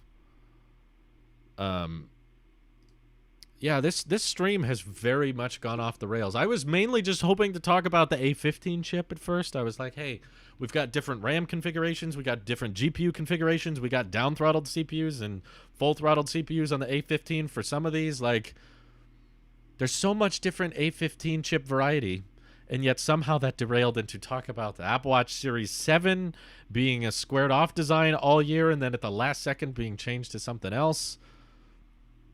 I can turn off super chats? Where? Where's that option? Argos sent a super sticker. Isn't this what you do for a living? It is, but you guys were being too generous. There's too many people. I'm trying to find it. Monetization on. If I turn that off, super chats are still there. Let's see. It's how you continue to exist. Yeah, but people were donating too much. We do love a tangent. Only club I haven't been aggressively pushed out of. Thank you, Argos. For the record, I'm not going to keep it members only. Don't freak out. I'll switch it back to public. Oh, although it might be working. Jordan Osterberger. Did I'm so sorry, Jordan.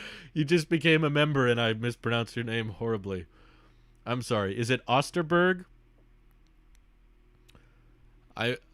Maybe I'm hungry. I should eat something today. It's like almost 4 p.m. and I haven't eaten much today. I had an apple. Of course, apple sheep. Why wouldn't I? I shouldn't have called you Osterberger. That was rude. All right. I think everyone's deserved their timeout. There's the air power sound. Everyone's served their punishment. Whoa! Jane Sackman just super chatted $20? Okay, that's not 50, Jane. You guys love that animation. I think that alone. Okay. Let's talk about this chip. I'll turn it back to normal. Who can send messages? Subscribers. Okay. Stop donating. Well, I'm fine with donating just so much. You guys are being way too generous. Okay. $450 for a 2018 iPad Pro 11-inch. Should I bite? For reference, it's 350 pounds cheaper than the M1 iPad Pro. Yeah, $450 is a great deal. So, okay, you're back. Would you ever do a members-only stream like once a week?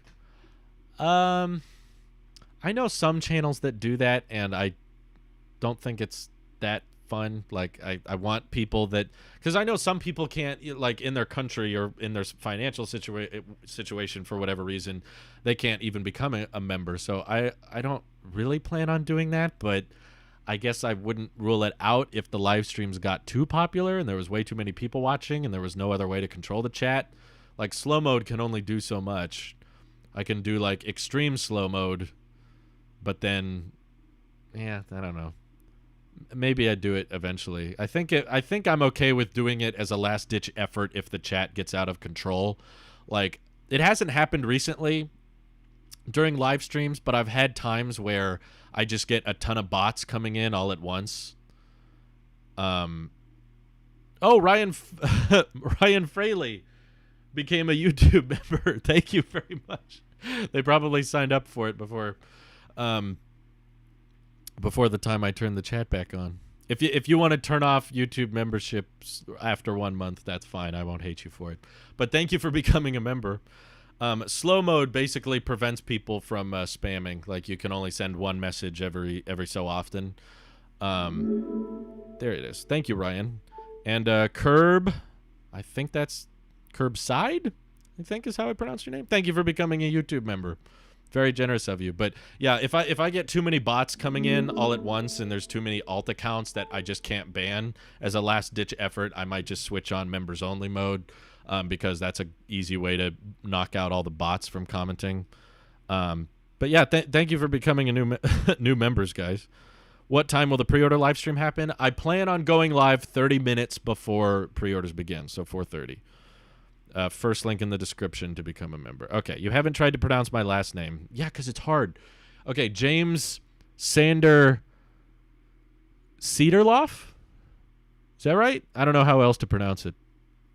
Okay, we just went into economy. Can we go back to first class?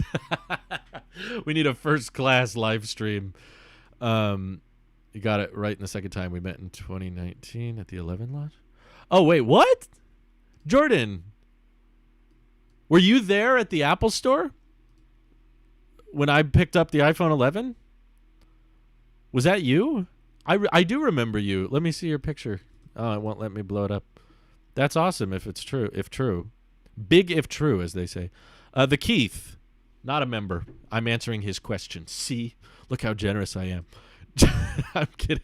AT&T is doing a $1,000 trade-in on the Pros on XS Max and up, and $700 off the 13s on 10 and up. Oh, wait. It wasn't a question at all. He was just filling us in. I can get some sleep since I'm in Central Time Zone. Wonderful. Every time I hear the charging sound, I look at my laptop port, even though I don't have it plugged in. Oh, that's cool. Yeah, I realize there's the charge sound animation when it plays when someone becomes a member. Leo Cardi says, thanks for the consideration. I'm from Argentina, and being a member is not a possibility. Love your channel. Yeah, I mean, financially, like, there's obviously some benefits to doing members-only streams, but I know that there's a ton of people like you, Leo, that just can't, and it's not possible. So I don't want to do that, but I just kind of see it as a, oh, wow. Thank you, Zachary. I just kind of see it as like a last-ditch effort to knock out bots on occasion. So if one day, like, maybe one day the live streams become super duper popular and I can't keep up with the chat even with slow mode, but because, you know, the problem I thought about if you turn up slow mode too high and you go up to like 60 seconds or 5 minutes in between messages, then someone asks a question in the chat, you answer it, and they have to wait a long time before they can respond because they already sent a message. So you can't really have that real-time interaction as well as you would like to. Oh, hey, Rob Homewood, thank you. Thank you for becoming a member as well. We got lots of YouTube members today. I think I know how to pronounce that one. Zachary, Allen, and Rob. You'll get updates on upcoming videos now. Who in the chat has also pre-registered for the pre-order? I have. Can I super chat $100 and be a member at the same time? You can, Zach, but do not do that. $100 is too much. Don't. We're already way too high. The stream super chats got way higher than they should have. I have registered. For those who don't know, there is like a pre-register way this year. Apple's changed something so that if you go into the Apple Store app, I got a push notification. It says use the Apple Store app or sign in to apple.com starting at 5 a.m. Pacific tomorrow to complete your pre-order. So I've already picked which iPhone I'm getting. For those who don't know, I'm planning on the Graphite 256 gig 13 Pro Max. Only reason I'm getting 256 gig is because of the 4K ProRes support, which bizarrely enough, there's probably a technical reason. I don't think this is a upsell reason, but bizarrely enough, you cannot get 4K at ProRes on the 128 gig iPhone. Like, I've had a 128 gig iPhone all year, and I haven't even used 32 gigs on that phone. So I am perfectly content with I'm perfectly fine with how my iPhone storage is now. I probably could have lived with 64 gigs if they had it. But I want that 4K at ProRes video recording support. That's actually one of, like, after 120 hertz, that's one of, like, my most exciting features for me. Like, I want to see how video from a phone looks like when it's not being compressed into the high efficiency codec. And if I can actually see it uncompressed and it looks great and the footage is good, 256 gig works. Why not 1 terabyte? It's expensive. It's a lot of money. I'll stand by. Someone super chatted an insane amount and said get 1 terabyte. I would have to have a good talk with my wife first, but $500 super chat. I'll get 1 terabyte. Don't do it. I'm serious. I don't need 1 terabyte. It would be so useless. Anyone considering it, keep in mind I would not use it. Aren't you going to need a lot more storage if you're shooting ProRes video while on holiday? I don't think so, because I record my tech videos currently with my Blackmagics on CFast cards. Man, come on, Starlink. Stabilize. You can do it. You can do it. Don't make me clean. Don't make me clean the dish. All right. Okay. You don't need to go to 4,000 bitrate. Jeez. Okay. Stabilize is there. I could probably live with 32 gigs too. But basically, I record my tech videos in the ProRes codec right now, and my CFast cards are 256 gigs. Sometimes I recorded at 128. So even if I store my whole OS on there and I store some extra pictures and some apps on there, I still don't think I'm gonna fill up 256. I don't think I need much more storage than that, frankly. Do you have a guess for around when the Series 7 will come out this fall? Apple has been super vague. Well, they said later. I'm going to guess end of October. I feel like if it was out into November, that would be pretty bad. It would be kind of weird to say later this fall. I'd say like last week of October. We'll probably get a more concrete date at the M1X MacBook event, which is probably going to be like midway through October next month. Yeah, 1 terabyte's reserved for the one viewer. I think it might make more sense if there's more ProRes recording, though. iPhone 12 Pro Max used market price is not coming down. Was hoping with the new with the new iPhone and people offloading their old ones, the price would come down. Not the case so far. Dude, that's what I'm trying to tell you. iPhone resale value is the reason I think a lot of people upgrade every year. Like, it does not cost as much as people think. Oh, hey. Okay, I gotta show this. So Jordan Osterberg, I did meet at the Apple Store when I picked up the iPhone 11. Oh my God, I look terrible. Look at all my psoriasis. That's back when Tailosive had a notch on his forehead. And then this is my good friend Wyatt who brought the Razer phone to the Apple store. So yeah, I remember meeting you. We had a good time. We had fun catching up. So it's good to know that all the way back then, we're still, you're still watching. You're not bored of me yet. Wow. I'm bored of me. I was trying to sell my iPhone 12 Pro Max, but people are only willing to pay $700, so I'm trading it for $790 directly to Apple. Really? You couldn't find a buyer for more than that? Dude, I think Tailosive Tech has a iPhone market right here. There's a guy trying to buy an iPhone, but he's not seeing prices go down. Where is it? Where is it? You guys need to communicate. We got to get to the bottom of this. Okay. Curbside says he was trying to sell his iPhone 12 Pro Max, but people were only willing to pay $700. And then CADMac, K-A-D Max, says 12 Pro Max used market price is not coming down. You two, figure it out. Talk to each other in the chat. Everyone stop talking. Everyone needs to let this one guy was looking for a 12 Pro Max. One guy's trying to sell his 12 Pro Max and is probably willing to sell it for more than the trade-in value, which would be, what, 800, 900? You guys got to talk to each other. I look so bad, too. No, you don't. You look fine. You have glasses. Your hair was good. Mine's all messy. Looks awful. I wonder how much ProRes video can even be stored on the 1 terabyte device. That will be interesting. I wish Apple would say in the tech specs, like, how much ProRes video will take up per minute. Like, it doesn't say. I know it'll say that within the phone's operating system. It usually does. It's like it uses this many megabytes a minute. But I don't think it says that anywhere. I wish it did. I want to know how much storage ProRes takes up per minute. Nothing. HDR. Probably more than Dolby Vision, I'm guessing. Oh, that's the 13.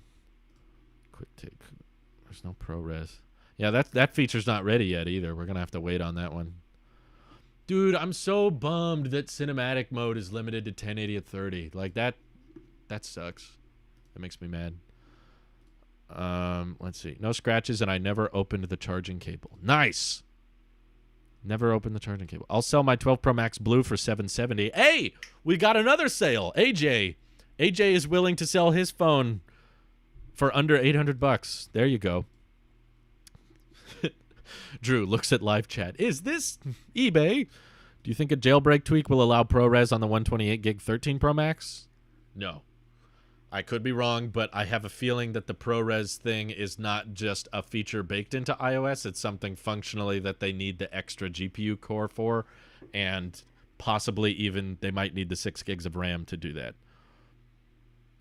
Curb says people are just cheap in my area. Let's see. How much storage should I get? I have a 512 gig 12 Pro Max. Use all of the storage with my photos unoptimized and optimized. I use around 100-ish gigabytes. So should I get 256 or 1 terabyte? If you're only using 100 gigs now, just get 256. That's fine. I think the only people who should be getting 1 terabyte are the people who know they need it. If you're on the fence, you probably don't need it. 1 minute of ProRes is like 5.3 gigs. According to what, Jonathan? Where did you see that? What do you think of the iJustine Tim Cook interview? Did you even knew that it exists? I knew it existed. People tagged me in it, and people were like, look at what Tim Cook says at this one time code. So I watched that part of the video, and I was like, yeah, those interviews are like, it's cool that Tim Cook will meet with YouTubers and talk to channels. Like, obviously, that's amazing, and I would love to do that. I would love to interview anybody at Apple, although I would probably never get to interview them again because I would ask questions they can't answer. But the reason I don't find much entertainment value in those videos is because clearly the Apple executives, whether it's Craig, whether it's Jeff, whether it's Tim, whoever it is at Apple, they can't really tell us that much more than what we already know. Occasionally you'll get a piece of information on some podcast from Jaws or something, but if they do drop that information, you'll see it talked about in news articles. If they mention something like, well, you know, actually this Apple Watch has 32 gigs of storage and it has a redesigned tinkered CPU. Like if they say that, it'll show up on 9 to 5 Mac, it'll show up on Mac Rumors, it'll show up somewhere. And if you don't see those articles being written, or if you don't see those details being highlighted, then they're probably not going to say anything very interesting. So yeah, the short clip I saw of the Tim Cook interview was like, so how do you feel about how Apple stores impact the community in the cities that they're in? And I was like, does anyone care? Like, it's a store. You buy phones there. And Tim Cook's like, yeah, I'm so excited for how Apple stores can give back to the community. I'm not trying to undermine that they do give back to the community and they donate to causes and stuff. I'm just like, do we need to watch videos about that? Like, I don't know. Justine said something like, are you excited about augmented reality? Like, how do you think he's going to answer that? No.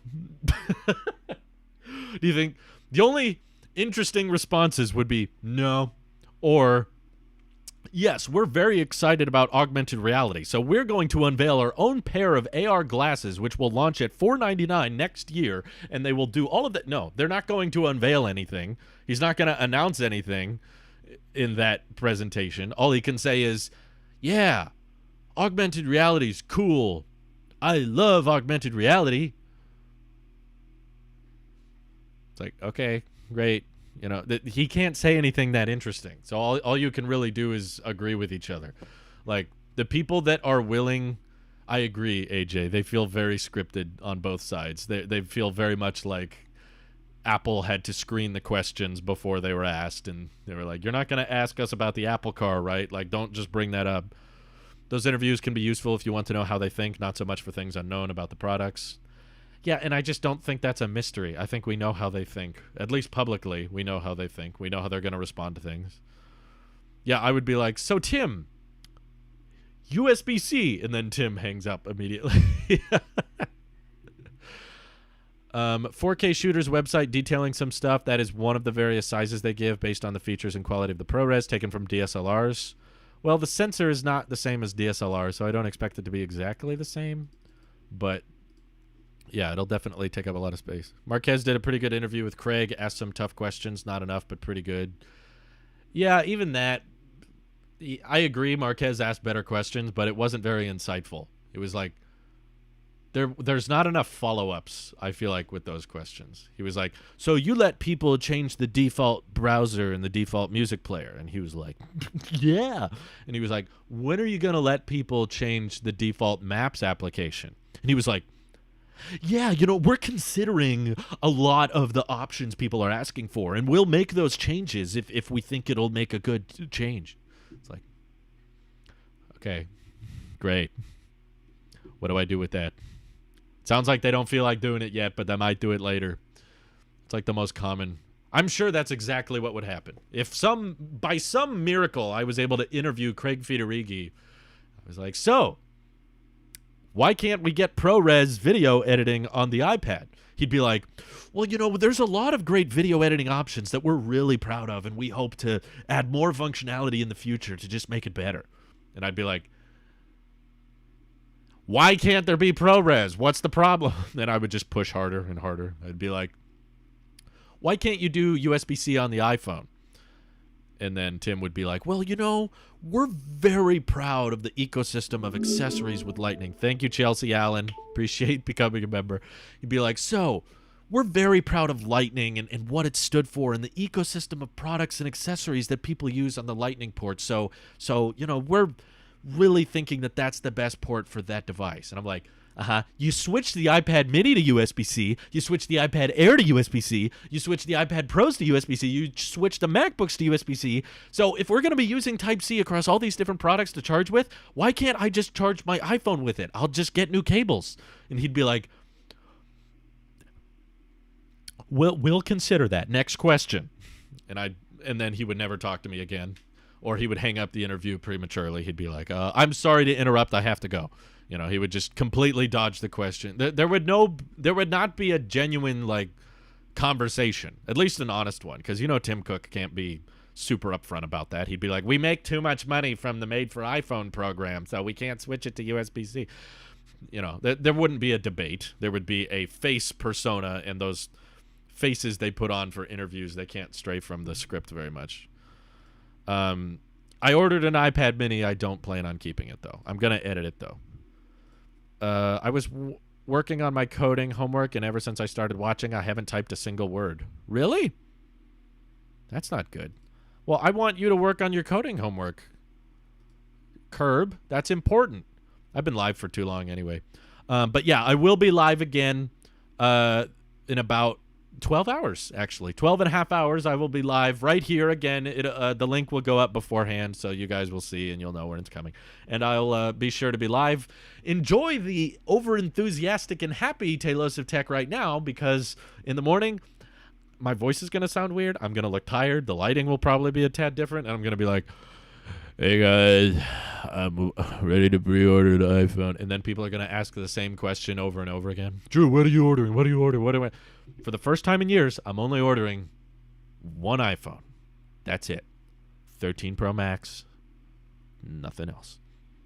Anyway, this has been a lot of fun. I appreciate all the new members, all the super chats. You guys were overly generous to a fault. I asked you to stop. It didn't work. I should ask you to stop more often.